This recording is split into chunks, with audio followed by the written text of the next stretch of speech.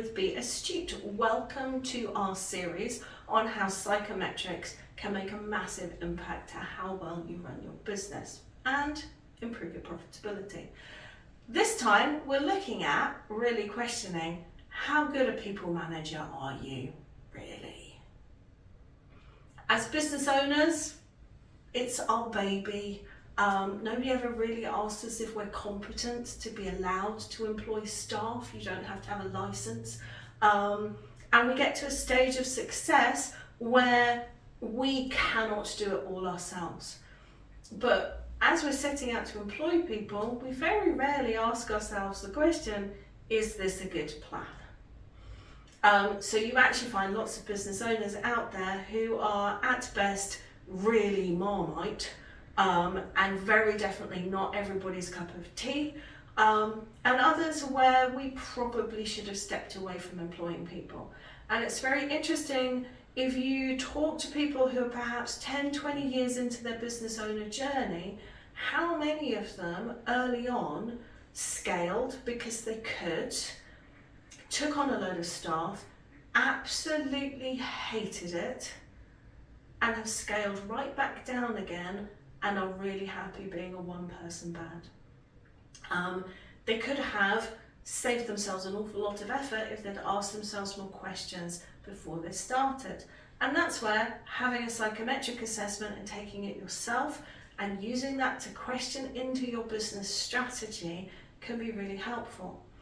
Psychometrics, of course, a point in time assessment, but what they can do is look at things such as how much do you naturally enjoy enforcing necessary rules? Because for people who really find that uncomfortable, you're likely to be quite a permissive employer. Not that sense of permissive, get out of the slutty bit, and let's focus on what that means in employment terms, which is allowing your staff to kind of get away with it. You're not setting boundaries, and people always respond to having boundaries, so clearly knowing what is and isn't acceptable behaviour. If you find it really uncomfortable enforcing that, then your staff are going to push those boundaries. A little bit like a toddler. It's exactly the same. And then the quality of work is going to go down and down. The amount of kind of back chatting is going to go up and up. And over time, those working relationships are going to degrade to a stage where your profitability is impacted, your customer service and your reputation are impacted, and in some cases, I've seen this with employers, their mental health has been impacted because they've got this person in their business who has become toxic. And what sits behind it all is that discomfort in actually going, hold on a minute, no, that's not acceptable to me.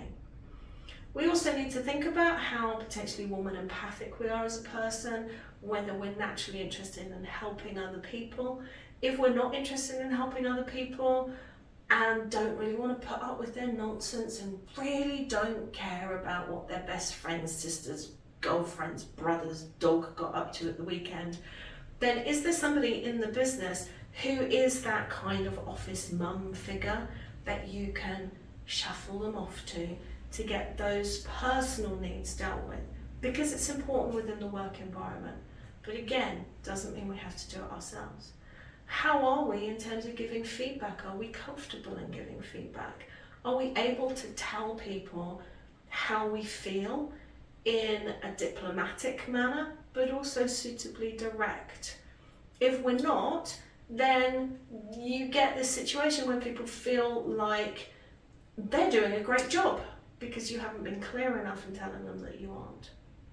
So all of these factors are things that we should consider when we're thinking about taking on staff or expanding our staff team, because if we don't have those enjoyment factors at the moment, then what are you doing about it? You can do the work yourself to change how you operate, or you need to come up with an alternative plan for how you can grow your business, or is there somebody that you can put in place to manage these people for you if it's really something you don't enjoy? So, how good a manager are you really? Thank you very much.